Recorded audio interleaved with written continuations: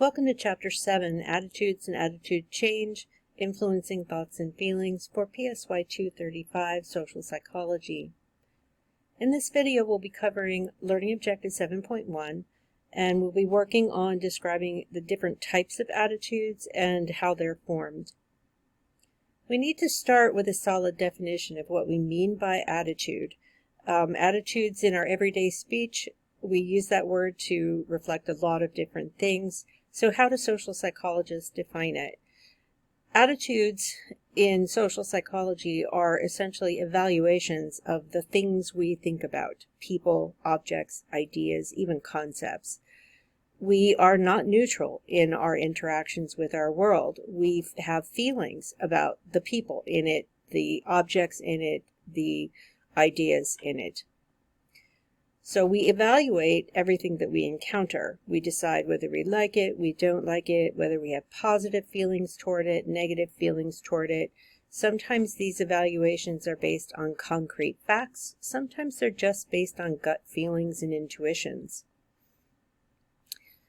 What we do, basically, in our interactions with our world is we form attitudes, and they basically become shortcuts for us. So let's say you form an attitude towards a particular, like I'm looking right now at the computer mouse that I use, and it's a weird looking mouse, but I love it. And I have lots of attitude components to why I like this particular computer mouse. It's ergonomic and it's quiet. It doesn't make a lot of noise. It's comfortable for me to hold. All of those things are bases of attitudes that I have towards this one simple object. Now, attitudes have a particular structure. On the one hand, you have an affective component to attitudes. That's an emotion. The word affective, A-F-F-E-C-T-I-V-E, refers to emotion. So it's your emotional reactions to the attitude object. A cognitive component, and attitudes have these cognitive components as well. These are thoughts or beliefs about the object that you're thinking about. And then finally, there is a behavioral component. So this is how do you behave in reaction to that object. So when you put these together, you have the interaction between the emotional aspects, the cognitive aspects, and the behavioral aspects, and all three of those combine to represent your holistic attitude toward whatever object it is that you're thinking about. Now here's an example. Everybody has a preference for certain kinds of cars. So what is your affective reaction to the car? For a long time in my youth, I was desperate to get a Jeep truck. So this was a pickup truck that Jeep used to make. They don't make them anymore. And I was just in love with the way it looked. It was muscular. It had these big beefy tires, and I just loved it. And it was pure emotion, reflecting on that particular vehicle. So, sometimes you'll see advertisements for vehicles. They try to rev up your excitement, your feelings of fun and engagement, and so on. On the other hand, especially during my youth, there was a big push for American people to buy American-made vehicles, not foreign-made vehicles. It's an entirely different environment now, but at the time, if you were a U.S. auto worker and someone asked you, what kind of cars do you really love, what you can say without a doubt is which ones you hate, and those were the ones that were not made by U.S. companies. You could also ask yourself, what's your cognitive reaction? I am a truck person, and I have certain beliefs about trucks. And when I look at trucks, I'm like, how much cargo can it hold? And what's the towing capacity? Those are cognitive reactions. I want to know how much can it pull and how much stuff can I put in the back. But I also want to know how many doors does it have? How many passengers? Is it going to be a good fit for all these dogs that I have around in my life, and so on?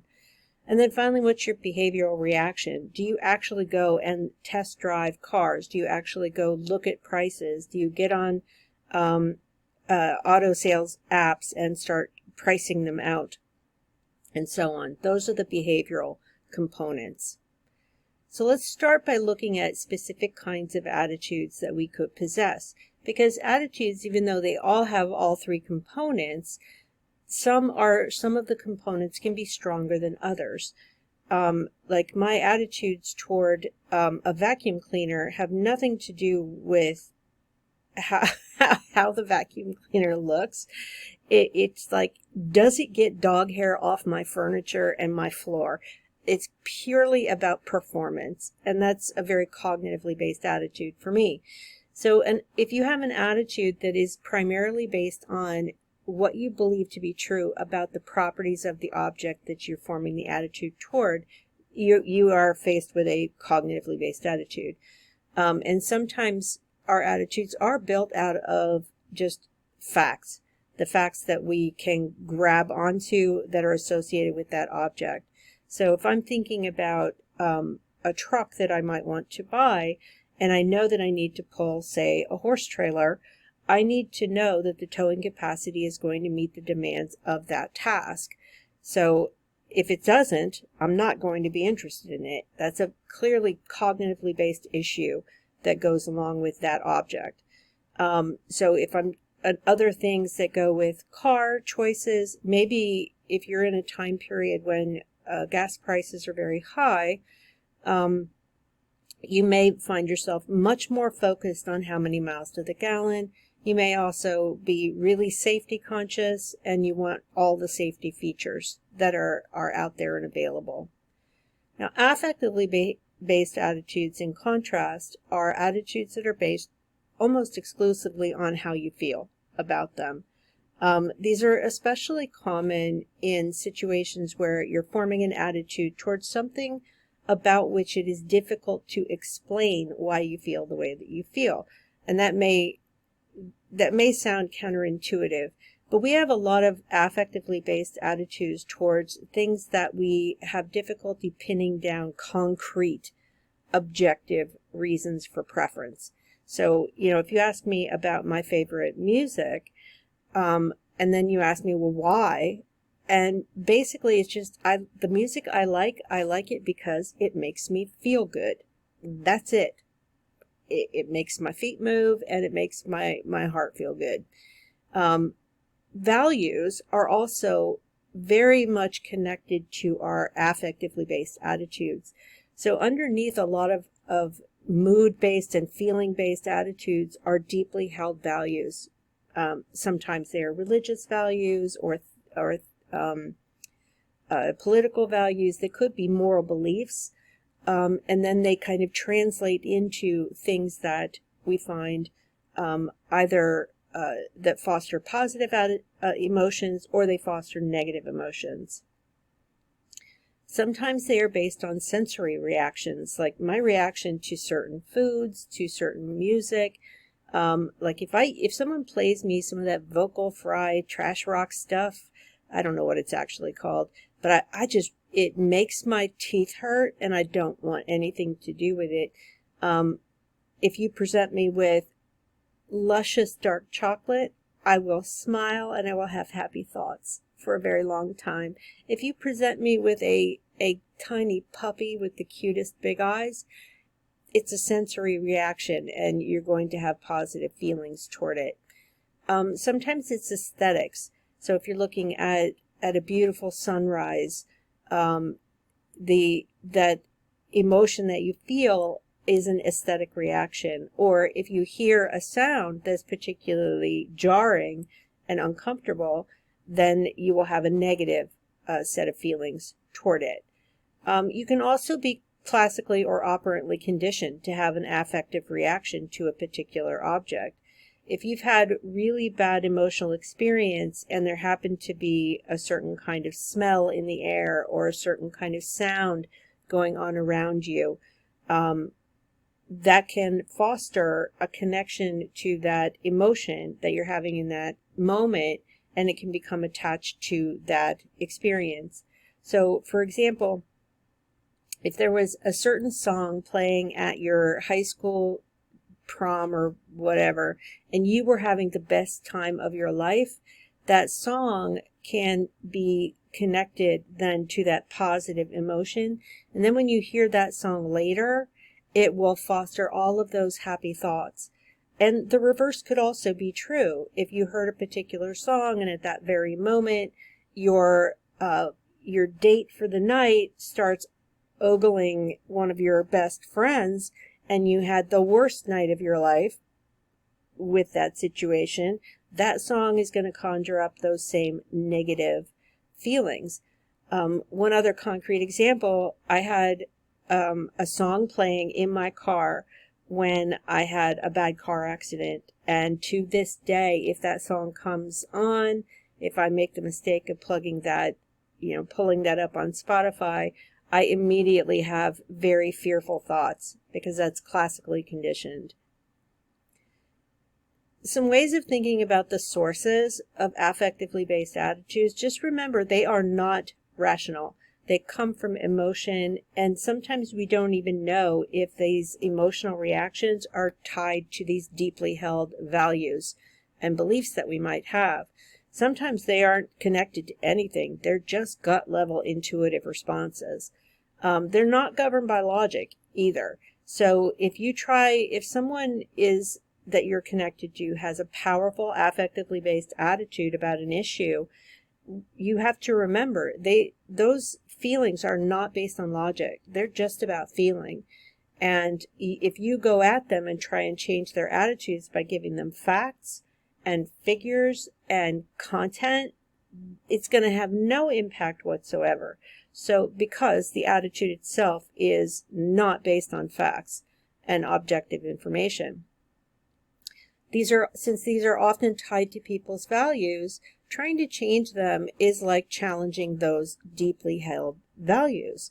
So if you are going at their affectively based attitude on the surface, they may in fact get super angry with you, because if you're challenging that thing on the surface, then you're also challenging who they are as people, and they are defining themselves in terms of those deeply held values.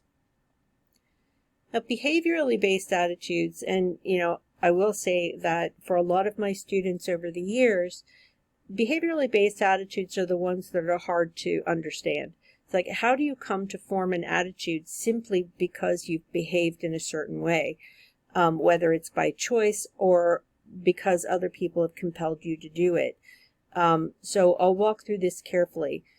Basically, the contention is that you are capable of stepping outside of yourself and observing your own behavior, much like you observe other people's behaviors. So an attitude can be derived. You can come to form an attitude based on observing how you yourself behave toward an attitude object or how other people behave toward that object. So, for example, if someone comes up to me and I'm walking my dog and they get all excited and they approach me and they ask to pet my dog, I can infer pretty easily that they love dogs, right? I can also make inferences about my own, though, about my own attitudes towards an object.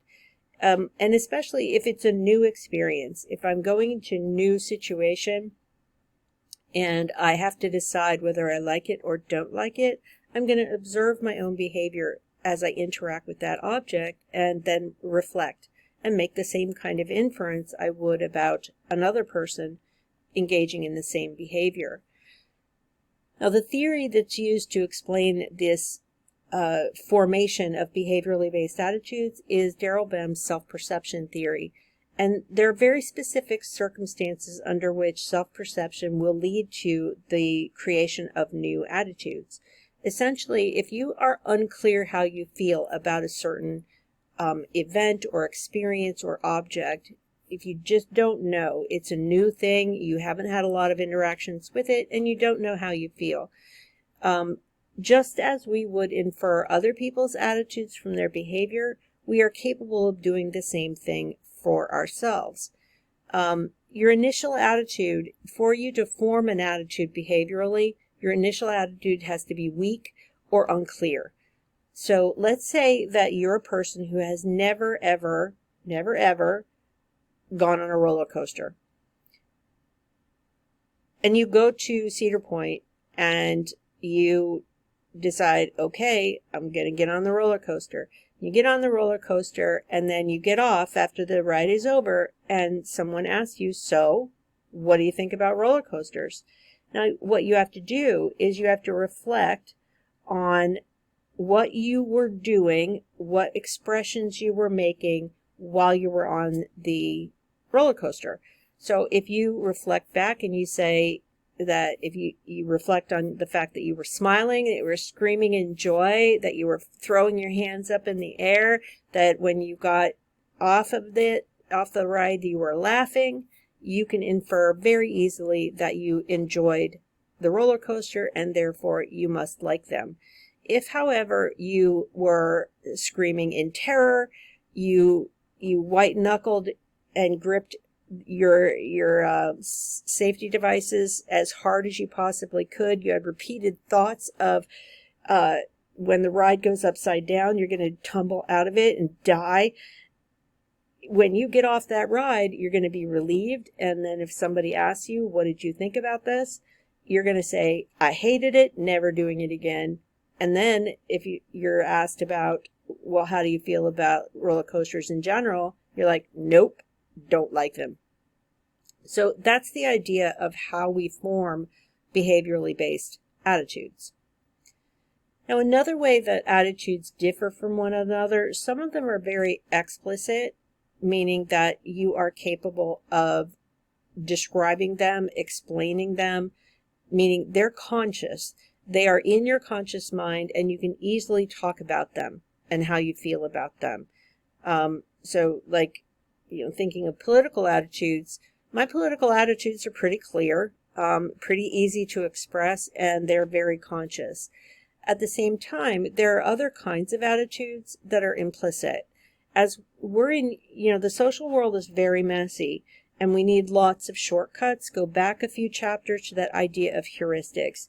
We use lots of shortcuts to decide who we want to interact with and who we don't want to interact with. And we make these judgments in milliseconds of time. So often these judgments are based on what we call implicit attitudes. These are involuntary, uncontrollable, automatic kinds of judgments that we make to either, if you're talking about people and our attitudes towards people, it's do we approach the person, do we avoid the person? Do we feel positive emotions toward the person, negative emotions toward the person, and so on.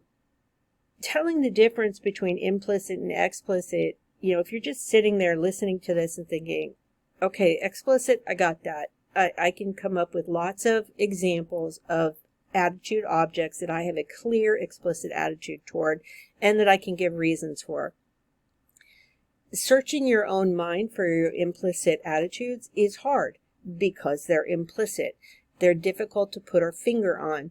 And often we try to reconstruct reasons for why we behave the way we do without awareness that it may be implicit attitudes that are driving us.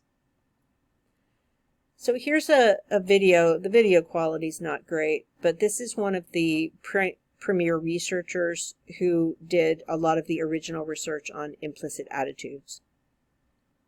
Implicit attitudes are very interesting features. They sit in our minds, their preferences, their likes and dislikes, just like any attitude is. But the word implicit is there to remind us that attitudes can exist in a form that is not available to conscious awareness, that even if I'm aware of it, I may not be able to control it. Just like I can't put my foot on the pedal fast enough to stop a car under certain conditions, likewise, certain attitudes are just going to run off. Social psychologists came to implicit attitudes in part because the kinds of things social psychologists want to study, people aren't willing to reveal. We want to know what's going on in people's minds and in their behavior. The more we learn about the human mind, the more we know that what appears to us to come consciously to our minds is a thin sliver of much of the working of the human brain and the mind. But it's the only part we know, because it's the only part we can reach. So we think that everything in our heads is conscious, because that's the part that we are in close touch with. So one of the reasons implicit attitudes is important is because we think that they affect many things that we do. They affect whether we make eye contact with people, whether we smile at them, how close we pull a chair up, how we grade them, whether we hire them or not. All of this stuff without necessarily knowing that we have an attitude, and interestingly, sometimes in opposition to what we might think is our attitude. So I might say to you, I believe that when we have a job opening, that male and female candidates are going to be, in my mind, equally likely to get this job. I say it with fullest confidence and with complete sincerity. But if you look at my track record, that's not what my preferences show. So in 1998, two of my colleagues, Tony Greenwald at the University of Washington and Brian Nosek at Virginia, we gave ourselves a month to build a website that would house some of these tests. We did it for a couple of different reasons. We did it because we thought it would be nice to take the work that we were doing in our laboratories and make it available to the general public so they could see that this is the stuff that their dollars are funding. But the second reason that I certainly did it is because I taught at a school with a very small subject sample. And so it would take me months to get a study done. And I thought, well, maybe if we go to the web, we'll get 100 people in a month or something like that. We had no idea that these tests would be so popular. In the first month, we had 40,000 completed tests. And basically, the IATs allow people to first state what their conscious attitude is towards whatever the object is. Do you like Pepsi or Coke? Do you like black or white? Do you like male or female? Whatever might be the question. And then they take a test that actually measures how rapidly they can associate that concept with good and bad. Sometimes the two are in the same direction and nobody's surprised. I say I like Coke and I actually show a preference for Coke over Pepsi. But here I say I like both black and white equally, and I'm showing a strong white preference. So when you have that kind of experience, makes you at least sit and think. Makes you, first of all, resist the result of the test. So we've been very lucky. The test has rubbed so many people the wrong way that they generate all kinds of reasons why the test must not be right. And in doing so, they've given us lots of hypotheses that we then go off and test to see if they're right or not. And what we find is that members of majority groups show huge amounts of preference for their own group. 80% of whites show preference for white. But only 50% of African Americans show such a preference. So that raises the question, why is it that if everybody is supposed to like their own group, why do some groups not show that kind of result?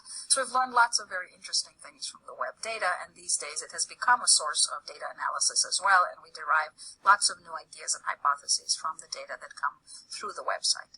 On the IAT and its use in what we'll call selection context, a context in which you're actually administering the test to a person to make a decision about whether to hire that person or not, I take a very clear and very firm position that it should not be used in that context. Our implicit attitudes are not things that we're even aware of.